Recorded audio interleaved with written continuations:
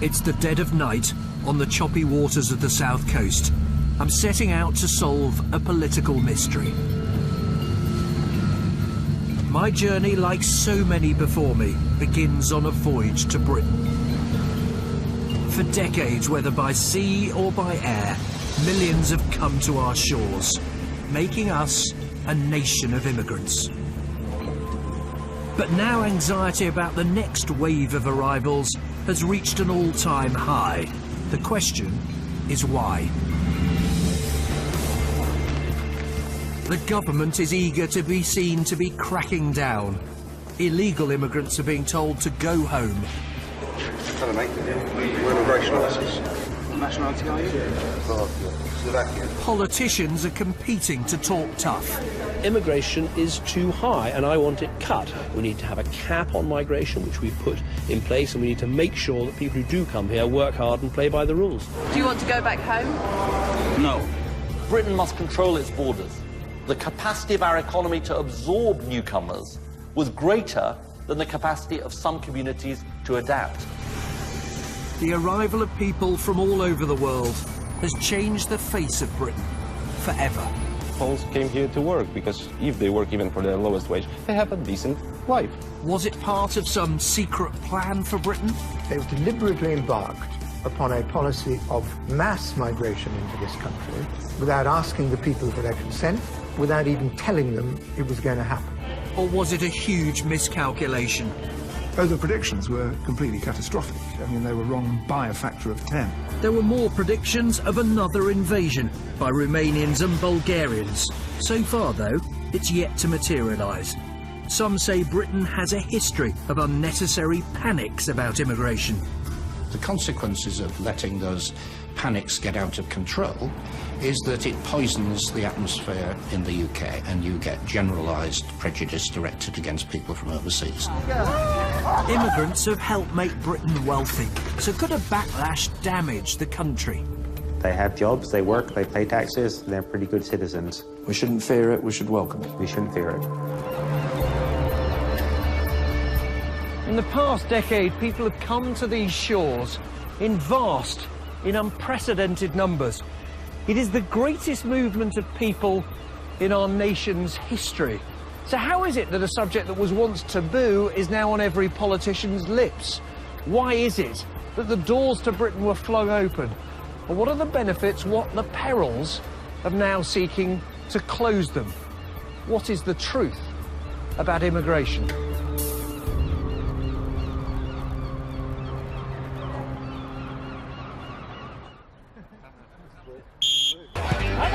Kick-off down the local park. A crunch match in the league.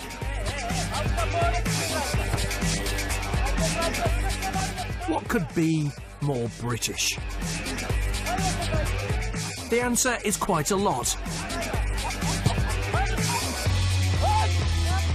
This may be the Garden of England, but the players on these teams come from Romania or Bulgaria. Here in Kent, there's a whole league of teams like this. 160,000 Romanians and Bulgarians were in Britain before the borders were fully opened a few days ago.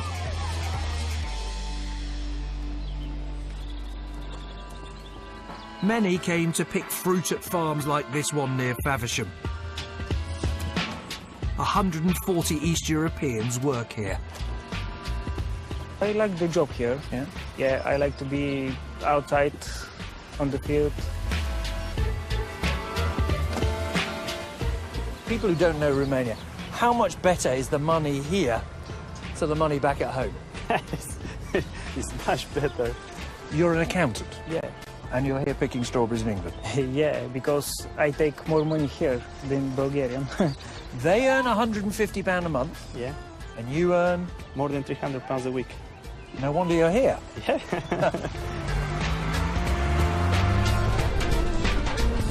The farm is run by Alistair Brooks. He's hired his workers from abroad for years. Whenever he's tried advertising locally, he's been disappointed. The last time we ran an advert, which was the beginning of the season, we got 25 applications. 11 turned up. At the end of the week, we had 5 left, 2 of which were Polish people and 3 were Slovakians. Not one Brit? Not one Brit. Where'd they gone? Oh, some of them just didn't turn up after the second day. Some thought it was a bit hard, a bit uncomfortable. They won't come.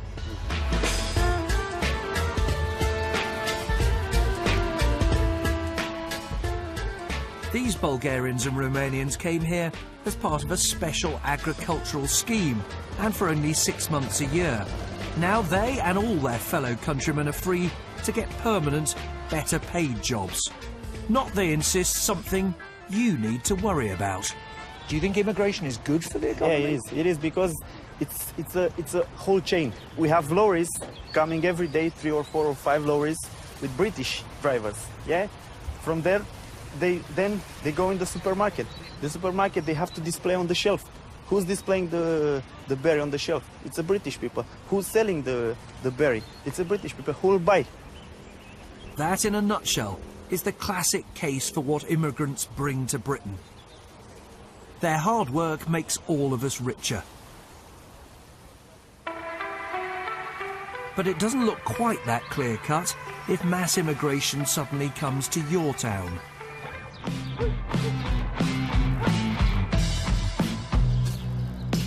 This is Sheffield's Page Hall district. It's hit the headlines thanks to tensions caused by an influx of hundreds of Roma families from Slovakia.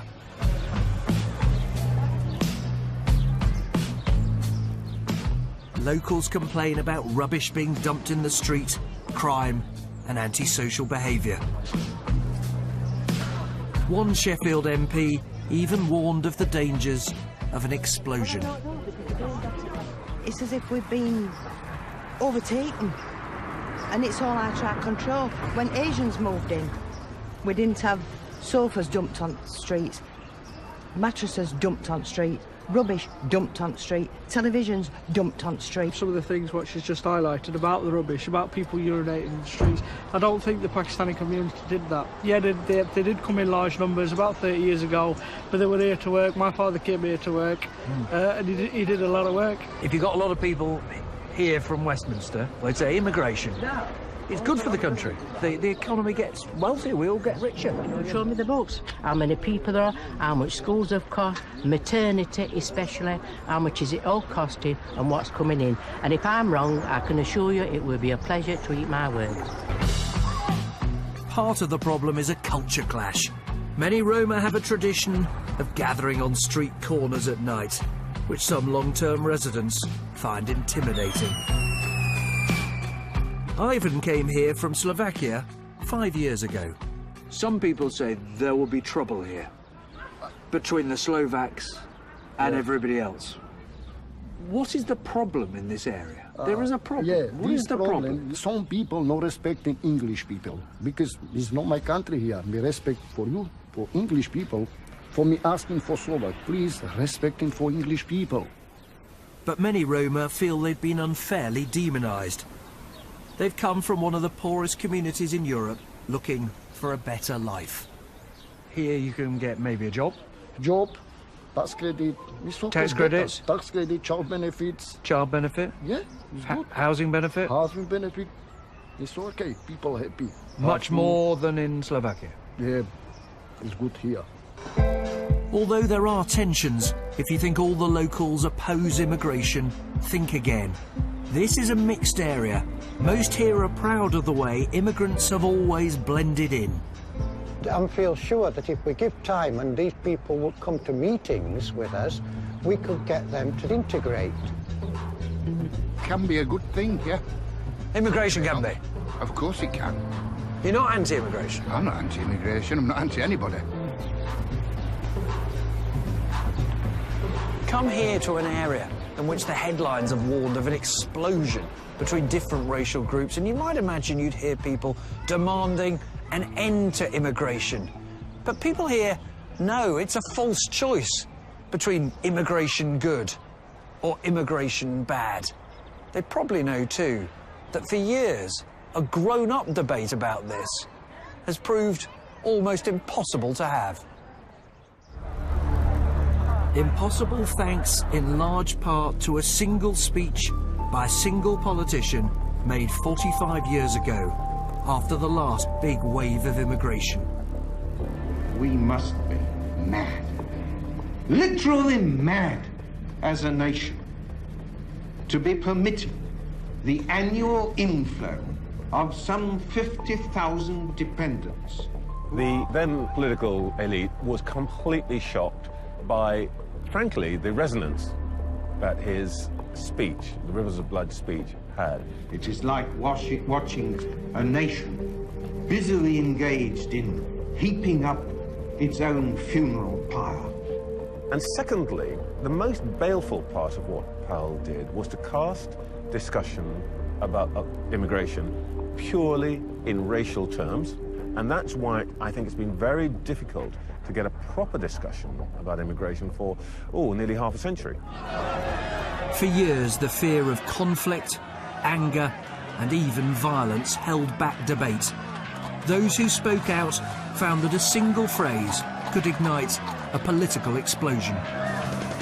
People are really rather afraid that this country might be rather swamped by people with a different culture.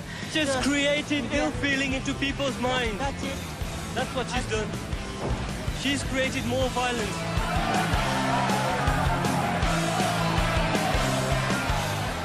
Political rows often focused on pandering to racism, as this poster graphically shows. For years, if you raised the question of immigration, you would be accused of being racist. And there was a sort of deliberate attempt to make it a no-go area. Whether on the right or the left, those who've set out to limit immigration have found themselves accused of being inheritors of Enoch Powell's mantle. On immigration, it was bluntly a nightmare. And it got more and more difficult. But now politicians on all sides want to appear to be getting tough. I think what people have seen is a concern about the pressures of the number of people coming into the country, and it's those pressures that have led people to feel that immigration is an issue that politicians should be addressing in a way that hasn't been in the past. The level of migration, the pace of migration has been too high and should come down, but it's also important to look at different kinds of migration and the impact that they have as well. And one politician claims vindication for daring to go where others once feared to tread. They tried to say that anybody that dared to talk about this subject was necessarily a bad person and racist. That was what they tried to do. And actually, this has been going on ever since Powell's speech. He was wrong in the sense that he felt that black and white would find it difficult to mix. But unfortunately, he's been proved to be right because the sheer numbers that have come into Britain have led to segregation, have led to ghettoisation, and we now see significant parts of our big cities where people don't even speak English. Steaming into Southampton Harbour is a reminder that Britain has a long history as a migration nation. Not exactly the Statue of Liberty, is it? Britain doesn't have a monument. We have no inscription saying, "Bring us your huddled masses." And yet the history of this island is one that has welcomed the multitudes. They've settled here, they've prospered, they have become the new Britons. And yet some people are now asking whether the tide of people coming needs to be slowed, halted even. They're beginning to ask, is this crowded island simply full up? In the 10 years to 2012, net immigration to the UK was about 2.5 million people. That influx is roughly equivalent to 10 times the population of Southampton.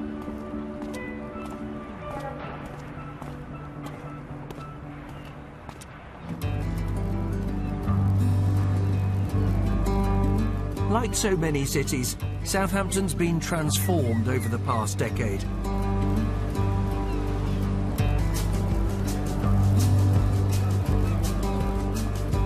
The number living here who were born abroad has doubled, from 20,000 to around 40,000.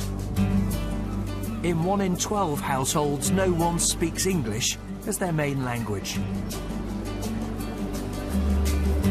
And nowhere illustrates the change more vividly than St Mark's Primary.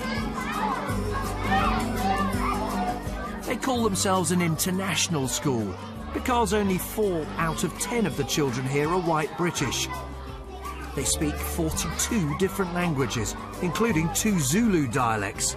It's an extra challenge for teachers like Sandeep. But you know what? It's a successful school. Do you have an idea of how many different languages you have in this class? Yeah, well, actually, this is probably 60 to 70% children with additional languages. So 60 to 70% of the kids here have extra languages, yeah? So it's a very, very challenging year group. There are, of course, many Polish children. So many, in fact, that the school employs Polish-speaking staff to translate for them.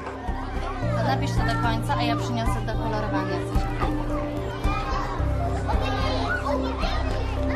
If you have a cone in your hand, drop them where they are.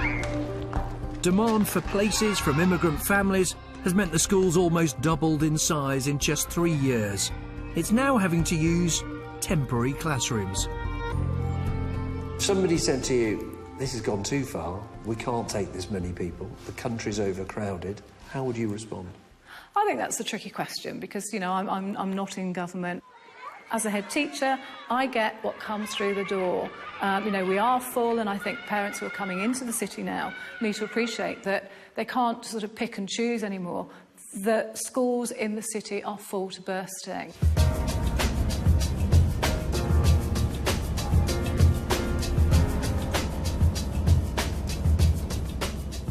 That's a warning the local Labour MP asked his own government to listen to, even though he says the city's absorbed immigrants for centuries. The Huguenot refugees came from France in the 16th century, and they lived in a part of the town which is still known as French Street.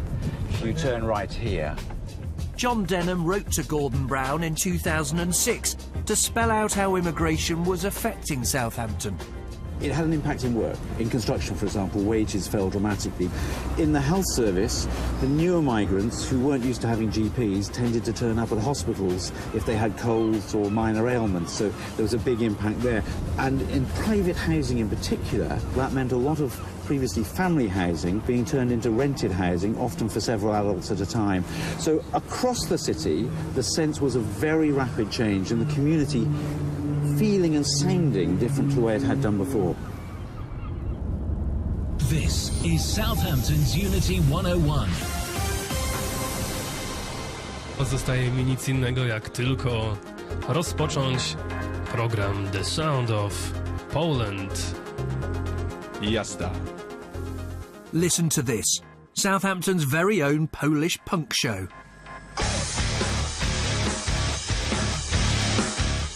There are now 8,000 potential listeners in the city, an increase of 30-fold in the last 10 years.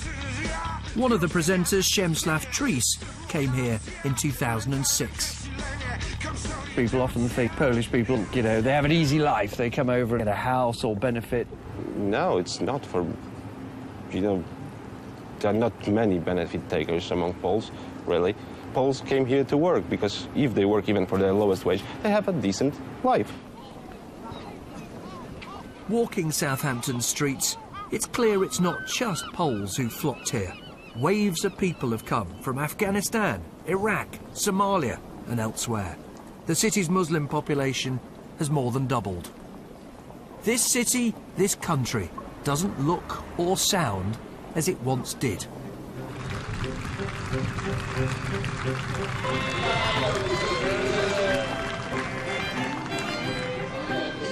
This is the country some remember and some still yearn for. The New Forest show takes place just outside Southampton, but it feels a world away. Opposition to immigration is often rooted in a fear that things are changing too fast. I wanted to see if people here had an appetite for the facts. Right, ladies and gentlemen, can I gather you round? Because I have a question to ask you about the country. If I were to ask you, how many immigrants are there in Britain as a proportion of the whole? Is it a half? Is it more than half, say 3/4? Is it about a third? So which is it? Who's going to step up first and just tell me what they think? I'll do the cutting. I think it might be a third. You think it might be a third of the population are immigrants? OK. You have that third. Thank you. Sir, right, you think... I'll go with the 8. So you think... I think objectively it's not as much as people think. You think it's not as much as people think? That's about an 8. At 25%. What, you think about a quarter of the British population were born abroad? That's what we mean, right? A quarter? Anybody want more than that? 8? 5%. Never. You must be. 75% of the population are immigrants? North of Birmingham. You get 75%. That goes in there. There we are. That's yours. There we are. So, ladies and gentlemen, I can now announce the results. Who got closest to the immigrant population of Britain on our pie chart? Peter Snow, eat your heart out. The answer is, well done, sir, an 8th. The immigrant population of the UK is about 13%. Opinion polls show that most of us overestimate the numbers and think the answer is a third. Public concern should, though, not be underestimated. I remember Enoch Powell, and I remember what his words were, and I've adhered to that all my life. I wouldn't want to see any more immigration, definitely not. There's no jobs for English people. I don't have a problem with anyone that works and pays their way. My brother suffered for ages to get a job when a foreign person can come here and walk straight into a job. Those are views commonly held, but for a long time, not listened to. According to new results from the authoritative British Social Attitude Survey by NatSen Social Research, over 3/4 of people want immigration to be cut. It's higher still amongst those with few qualifications. Well over half of the population want immigration to be cut by a lot. The highest figure since the question was first asked in the mid-90s. But the truth is, anybody who lives in Acacia Avenue has no clue whether there are 10 million, 1 million, or 1,000 immigrants. Today, of course, what's happened is there are more of them. We're meeting them as neighbours. We're meeting them as parents at our school, and their children are sitting next to our children. We're meeting them in the doctor's surgeries. And, of course, we're meeting them as competitors for jobs. It all adds up to an awful lot of change, and that's led to an awful lot of unease. What's at root of that public anxiety is a single decision taken here at Westminster with remarkably little public debate, taken in Downing Street without, it seems, much thought. And yet in 50 or 100 years' time, historians are likely to say it's amongst the most significant taken since the Second World War. So why did they take it? Well, it's a remarkable story, a mixture of good intentions, of wishful thinking, and an awful lot of miscalculation.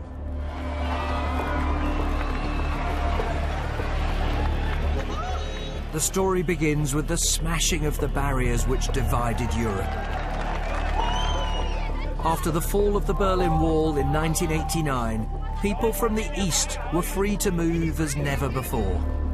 Britain's Tory government dreamed of them joining the EU too, perhaps weakening Brussels at the same time. One man was in the room for the crucial decisions over the next 20 years, top Mandarin Gus O'Donnell. I remember working with Sir John Major when he was saying we wanted a broader, not a deeper Europe. So we wanted to enlarge Europe, to bring in countries like Poland, the Central and Eastern European countries. And the truth is, there wasn't an enormous amount of discussion about, well, what does that mean for the flow of migrants to the UK?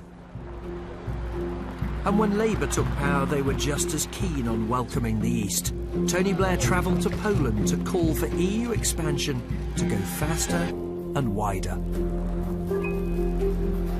Tony Blair took a clear view, didn't he? He did, driven by the politics of wanting to give a clear message to countries like Poland that actually we wanted them in. They're an important country, a close ally, and we wanted them playing a full part in Europe.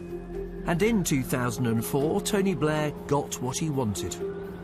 Britain didn't just welcome Poland and 7 other countries into the EU. The British government took another dramatic decision to welcome all their people to come here and work from the very day their countries joined. Unlike the governments of Germany, France, Italy, indeed most of the EU. One reason, a massive miscalculation about how many people would come. One of those who did come was Przemysław. When he's not playing punk rock on his Polish radio show, he works as a glassblower, making precision instruments at Southampton University. When Britain opened its doors to Eastern Europeans, it was an opportunity that proved hard to resist. How much more do you earn as a glassblower here than you would in Poland? 6 times. 6 times more? Yeah. And the standard of living? I then never realized before I come here how difficult the life is in Poland. I just said, well, that's how it is, how it's supposed to be. But no, it doesn't have to be that way. And there were plenty of people thinking what Przemysław was thinking.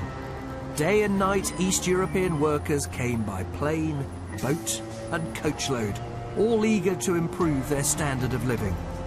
And as their numbers mounted, so too did the political temperature about letting in so many people so quickly. I raised this question repeatedly at Prime Minister's questions, and I was told that I was scaremongering. Most other countries of the European Union have already imposed controls. Why haven't the British government? It is precisely for that And reason. Tony Blair repeatedly said, we've had estimates of how many are going to come, and they were in the low thousands. That always seemed to me to be complete nonsense. The Home Office researchers concluded that there was likely to be net migration of about 13,000 people a year, looking forward over the following 10 years. How good were those predictions of the numbers that would come over? Oh, the predictions were completely catastrophic. I mean, they were wrong by a factor of 10. In other words, it wasn't 13,000, it was something like 130,000. A year? A year, yeah. So about 1 million over 10 years? Yes.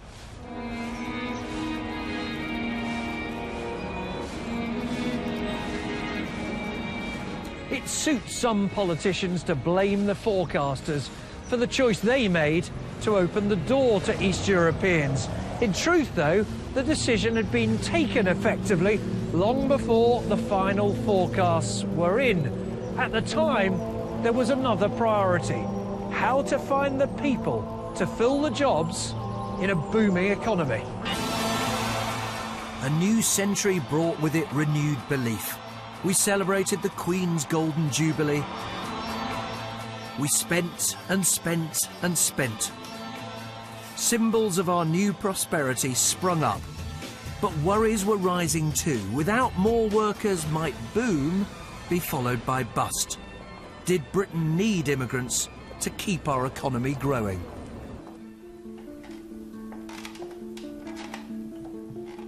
This is the man who gave Tony Blair the answer to that question. Jonathan Porters was an economist working at Number 10.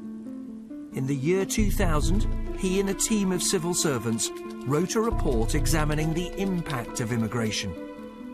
Published with little fanfare, it helped change the face of Britain.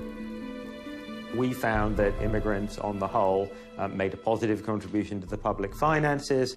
I mean, it certainly enabled growth to carry on at a faster clip than it otherwise would have. It also met the concerns from quite a lot of businesses that they were facing, in particular, skill shortages. So overall, the conclusion seemed pretty clear at that time. Was there not also something that business, the Treasury, the Bank of England were worried that inflation would take off when growth was high, and immigration was a way of keeping the lid on wages? I'm sure the Treasury viewed immigration as potentially helpful in dampening wage growth.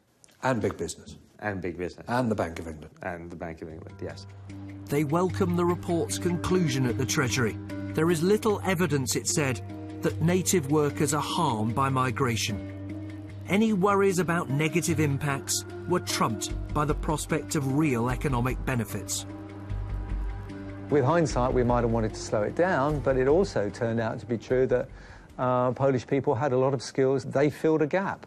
So nobody said there are 70 million people whose incomes are often a fifth of the average in the UK. Wonder if they might want to come here. Well, they certainly, that issue was put, but when they come, they will be doing jobs that UK people don't want to do, and they will be contributing and meeting our skills gaps. And actually, we're a relatively full employment economy, so it wasn't seen as a threat, it was seen as an opportunity. Immigration was supposed to benefit us all, and the better off certainly noticed. They noticed that cheaper Polish plumber or decorator. They enjoyed that nice new delicatessen down the road. But the worst off in society noticed something rather different. They thought that their job was at risk. They thought their wages were being undercut. They often thought that their identity was threatened too. A big choice had been made by the politicians, but they'd scarcely bothered to consult the public. Were people told? Was there a debate specifically about the decisions on Eastern Europe? Well, we never ceased to debate immigration in the House of Commons, by the way. In fact, the Conservatives used to grumble that we had too many immigration bills. Yes, we didn't spell out in words of one syllable what was happening, partly because of a fear of racism. The people of the country weren't asked about it or told about it, and I don't think that's the way in which politics in a democratic country should be conducted. Public should have been told? Yes. At the time, Labour ministers were afraid of what they called the immigration tinderbox. Labour now says that was a mistake. I think there should have been more debate about immigration. I think we should have had more calm, measured debate and sensible response to people's concerns, but also listening to what those concerns were. You know, listening to people who were worried about jobs or wages, or worried about the pace of change, and to have that debate about it rather than simply thinking you can't talk about it for fear that that might be the politics of the right. But the then Home Secretary says if East Europeans hadn't been allowed to come here legally, many would have come anyway. Well, I'm unapologetic. I'm unapologetic because if you don't have legal managed migration and people don't sign up so they pay national insurance and tax, they'll work illegally. And although we didn't get everything right about this particular issue, as I've described many times, we actually were on the side of the angels. Is Labour right to apologise, or should you just say, well, we did our best? I mean, I think I'm personally sceptical about apologies other than personal apologies. Rather debases the currency of the language. I'm certainly right to say we got this wrong and we deeply regret it, because we did get it wrong and I deeply regret it. Why do you regret it, though? Well, I regret it because it undermines trust in government if you're that wrong. Mistake or not, this is a policy which, unlike most politicians take, is irreversible. Many immigrants came and then returned home, but many more, like Przemysław, are here to stay. Poles are blending in, really. You can't see them much. They just work, home, work. They will be Poles to the bone, to the very end of their lives, like I will be. But my children will be English, and nothing will change that. So next generation of Poles here will be English.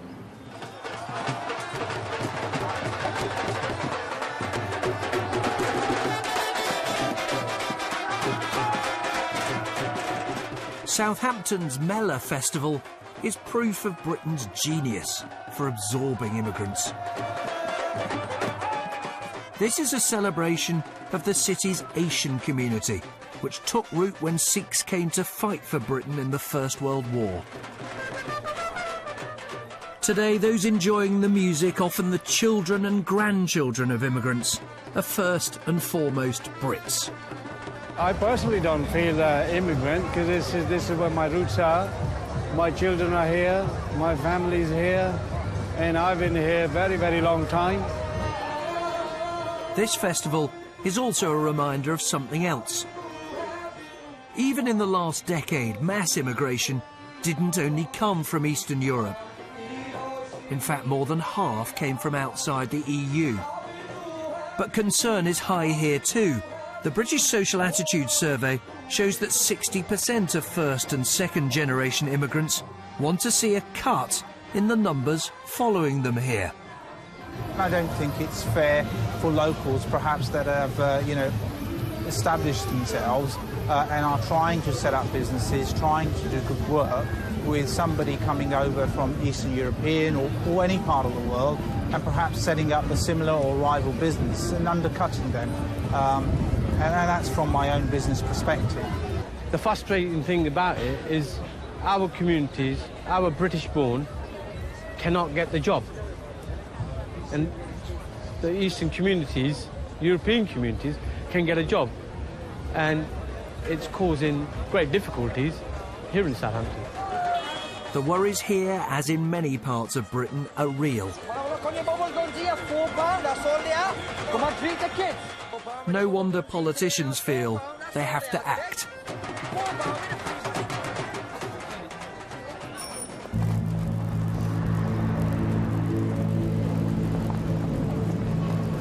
After the huge flows of people in recent years, after the mistakes and the miscalculations, a mere politician's promise was unlikely to convince voters that immigration was finally coming under control. So David Cameron came up with the idea of something more concrete, more tangible, more measurable, a target to cut net migration from hundreds of thousands a year to tens of thousands. That's a cut of well over a half. Easy to say, harder, as it turns out, to deliver.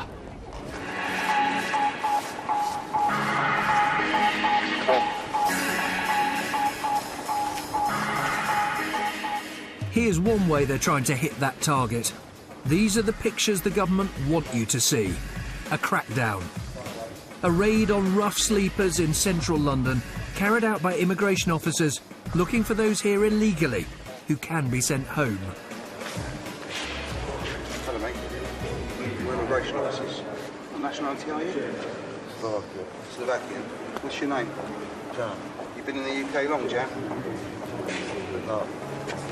If migrants have no income or prospect of work, they can't stay, wherever they come from. Until recently, scenes like this were unthinkable. Officers left the East Europeans alone. But not now. And you're from Lithuania as well? What? Do you want to go back home? No. No? It's one of a raft of initiatives to reassure voters that the rules are being implemented and tightened. But that's not enough to ensure the government gets net migration below its 100,000 target.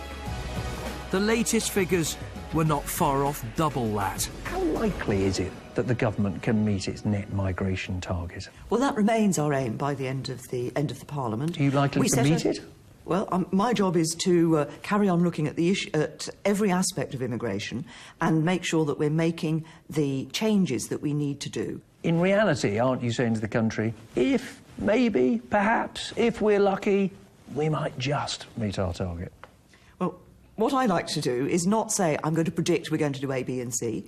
That is my target, and what I want to do is get on with the job of working towards that target.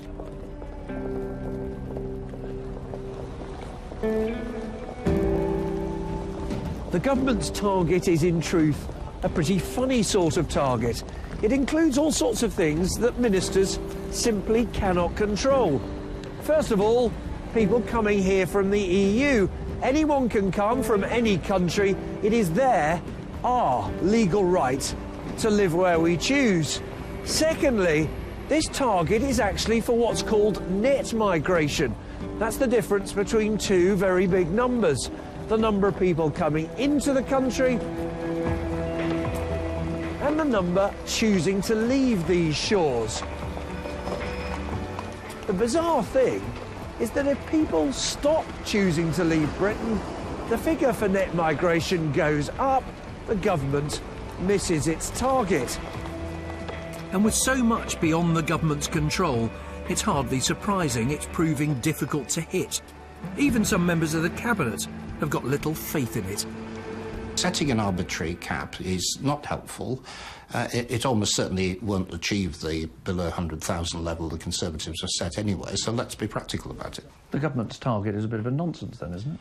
I wouldn't use the word nonsense, but the idea that it should come down to 100,000 is something the Liberal Democrats have never signed up to because we simply regard it as impractical.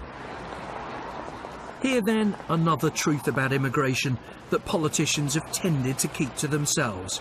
Their scope for decisive action is limited.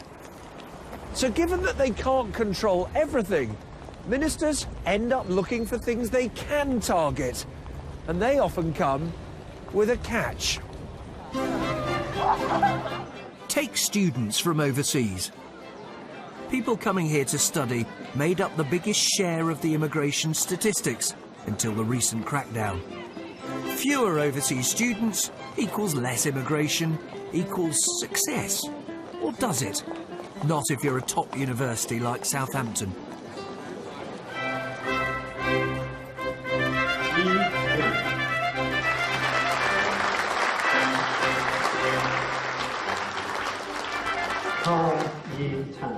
A quarter of the students here are from overseas. They pay higher fees than British students, helping universities to cope with funding cuts. And they bring much needed foreign cash into Britain. Higher education is a great British export. But the student visa system was being abused by applications for bogus colleges. The reason for this interview is to ask you some questions about your student application. So the government's trying to weed out people who are really trying to come here to work. And why did you decide to come to the UK to study? This centre opened last spring and has vetted about 100,000 applicants from around the world. And how will this course help you with your future plans?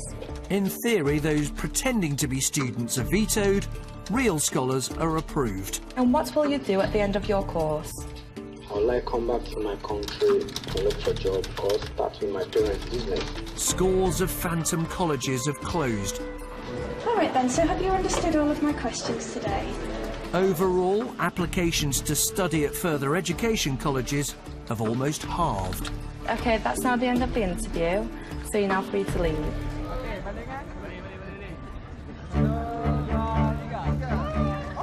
But leading universities are worried. They fear the visa crackdown has sent out a disastrous message that if you're a foreign student, Britain doesn't really want you. It's really quite damaging and could have long-term reputational effects for the UK higher education as a whole. So potential students are saying to you, we're not sure we're welcome. Absolutely. Now it's beginning to feel like the British don't even want students there, and we do not really understand why. That's not just a problem for them and universities, it's a problem for you and me. Foreign students don't just come here to study, they often stay and create wealth, or go home and are a link with growing economies. The government's immigration clampdown has led to applications plummeting from some of the world's economic powerhouses, like India. Thousands of Indians are not coming to Britain to study at university who would have been. They must be going to France or America. Is this not just bad for the British economy? What we have seen is that overall the number of overseas students has gone up. So why have the number of Indians dropped by almost three-quarters? Well, we have been saying, I've been saying, the Prime Minister has been saying, universities are saying that actually we do want to see the brightest and the best coming here and students coming here genuinely to study. But as so often with immigration, there are no simple answers. The downside of cracking down on the number of foreign students has pitted one minister against another. This is a type of immigration, and it's one of the largest categories of immigration as it happens, which is very, very good for the UK economy, and indeed for universities in general. So the fact there was a big drop in the number of Indian students is bad for Britain and bad for the economy? Well, almost certainly so.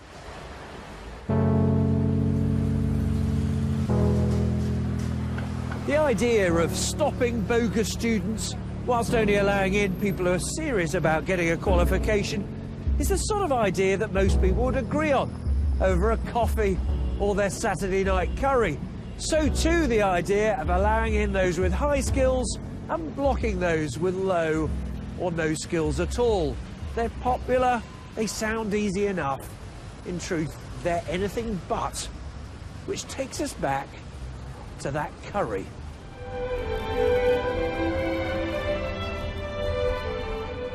Meet the nation's curry king.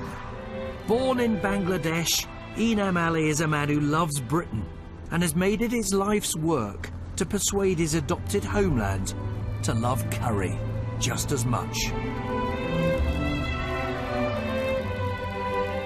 At Enam's restaurant, it's not exactly vindaloo washed down with a pint of lager. Oh, look at that. That is beautiful. Thank you very much. And you call this now, don't you? You call this British curry, right? Yes, rather than Indian. Yeah, absolutely. Yeah. I do call British curry because of the way it's presented, the way whole process is done. Yeah. And it's regarded as a British curry, British cuisine. Yeah. He calls it British, but it's cooked by foreign chefs who, like Enam, come from Bangladesh.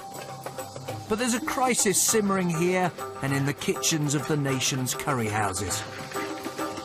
Under new immigration rules, work permits are only given to those classified as highly skilled, earning about $30,000 a year, and who can speak English.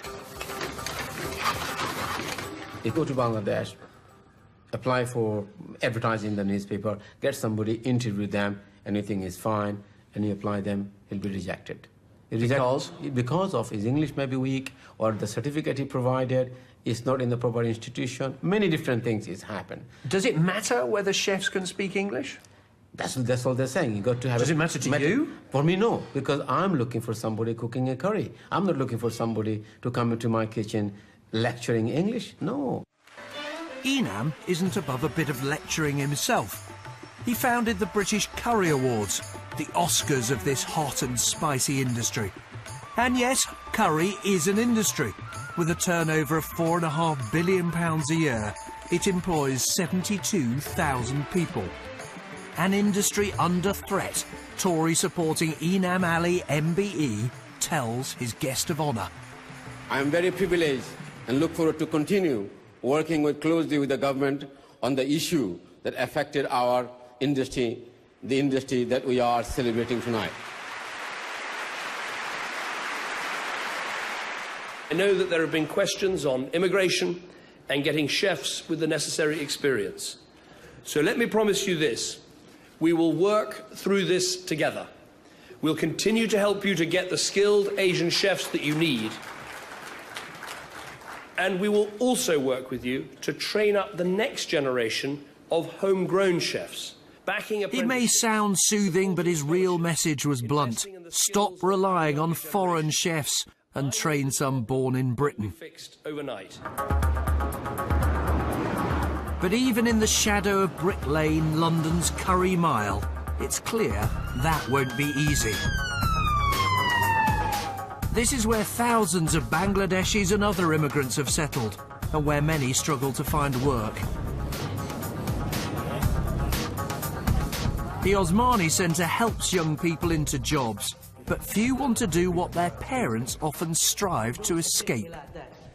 Most people around here, like, working in a restaurant, like, they degrade you for it. Like, you get looked down upon.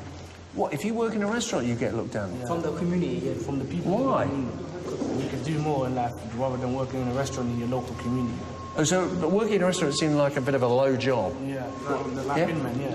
If my son was to now say he wants to work in a restaurant, regardless of how glamorous being a chef can be, it's frowned upon because you shouldn't be working so hard. You should be aiming for an accountancy job, a law job, or even things like the media, which isn't so common in our community, would be frowned upon because it's not something that has that prestigious title. If Brits don't want to learn to cook curry, either chefs' wages will have to go up, and with them the price of your chicken tikka, or we may need more immigrants after all. This, though, is about much more than cooking. To get the best designers, programmers, scientists, we may need to bring in workers from all over the world. Or should we listen to those worried about the impact of immigration? We will be shooting ourselves in the foot if we actually restricted one of the main sources of growth, which is to allow migrants in who are innovative, who bring skills that we haven't otherwise got. I can imagine someone listening to this and saying, it's all right for you. That's my child who's not getting a job, or my child whose wages are depressed. It's all right for the establishment to tell me, open the borders. It's us that gets hurt.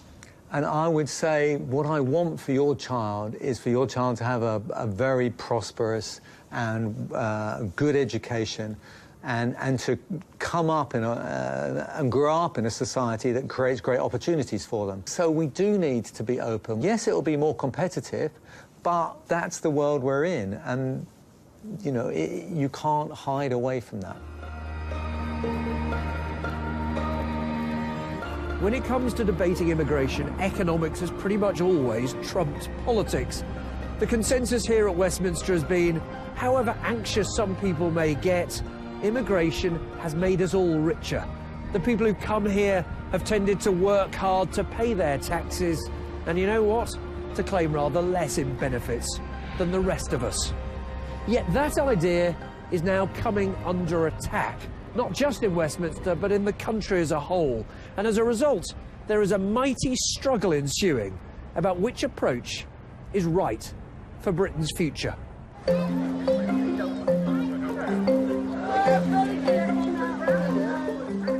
Back at the New Forest show, time to quiz the public. What price would they pay to cut immigration? Britain's official economic forecasters say less immigration means more cost for the rest of us. The Office for Budget Responsibility says if you cut immigration, it'll take us longer to pay our national debt off. If it meant higher taxes in order to cut immigration, will you pay? I'll pay, yeah. I need some money. You want to see it cut? Yes. OK, you need to give me some money then. Why do you feel that strongly? Because I think it should have been curbed 30 or 40 years ago. Even if it costs us money? Yes. Is a credit card easier? Is that easier? Now, this may be unscientific research, but one political leader echoes those views. Are you, Nigel Farage, saying, I accept we could be poorer, but so be it? Yes, so be it. I don't want to live in a country whose population is heading towards 75 million people. There are some things in a society and in a community that actually matter more than just money. Quality of life, overcrowded Britain, lack of social housing, youth unemployment. These are very real issues. Almost certainly there would be an economic price to pay if immigration controls were applied in a very harsh way. Of course you need control. Of course you need to balance the social consequences. But we do need certain kinds of immigrants for the British economy. But many of the public simply don't accept that. According to the British Social Attitude Survey from research centre NatSen, almost half of us think immigration is bad for the economy, though that number's dropped a bit in recent years. Those who think it's good number 31%. But even half of them still want to see immigration cut. Some politicians at Westminster have clocked that, and they're changing tack. Both Labour and the Tories now argue immigration's good for some, but not for all. I think the problem in the past has been this general assumption that immigration was always good for the economy. I don't think people have looked at it sufficiently closely to be able to recognise the impact it has on members of the public. The real difference in our approach now is to say, look at the different impact and make sure that it is fair, because actually it hasn't been fair in the impact that it's had on different parts of the population. But the economists insist that our leaders should be brave enough to tell us the brutal truth. Even if it does hurt some, immigration is good for most of us. Are you saying politicians need to be blunter with people and say, you're right, you may have a cut in your wages, you may even lose your job, but overall, Britain's better off and you're just going to have to live with that? I think that's correct. I think if we think that on average, immigration makes us more prosperous, then I think politicians do have to say to individuals who are negatively affected, and let's face it, there will be some, yes, we're doing this for the good of the country, and yes, you may lose out, but ultimately, we still have to do this. Just as we said to the coal miners 30 years ago, sorry, we can get our coal a lot cheaper abroad, we can't afford to keep on propping you up. And broadly, I'm afraid, I still think it's probably the right thing to do.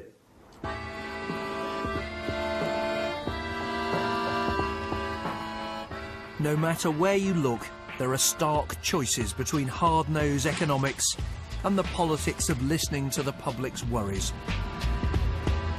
The latest battlefield is over EU immigration. Remember those fruit pickers in Kent? The Bulgarians and Romanians who filled the fields are now free to take any job anywhere in Britain and to stay as long as they like. Their boss wants to be able to look elsewhere to replace them. In order to stay in business, I need a core workforce that's going to be dependable and turn up. And if you're not getting them from Bulgaria and Romania, where will you get them from? Well, historically, we have had them from Russia, Ukraine, Belarus, Moldova, sort of countries around the fringes of the European Union. But the government's got other ideas.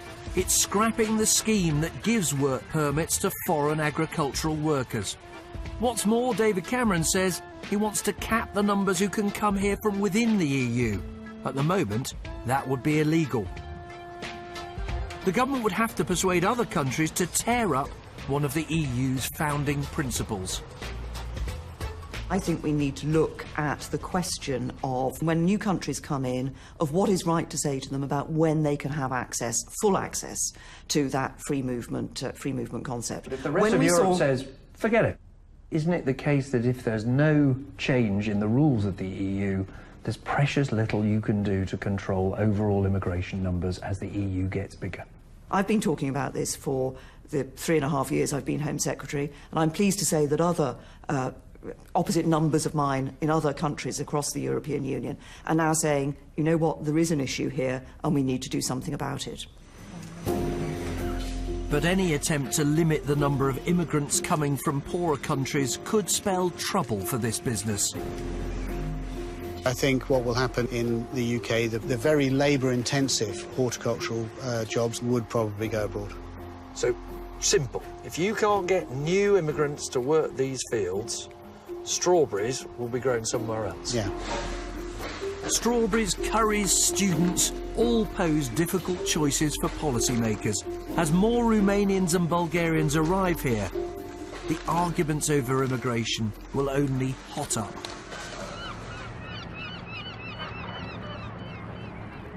For years in Britain, we have perhaps failed to properly discuss the downsides of people heading to our shores. Are we now in danger of ignoring the upsides? The truth about immigration is that it's a debate that's scarcely been had, an argument that has been feared, a series of choices made largely in private. Few would now defend the huge increase in numbers which has come in the last few years. Few, though, would admit that there are real limits on the controls that any government can have, or to concede that there are costs as well as benefits in trying to shut the door once again. Perhaps it is now time for that frank, honest and open discussion we've really never had.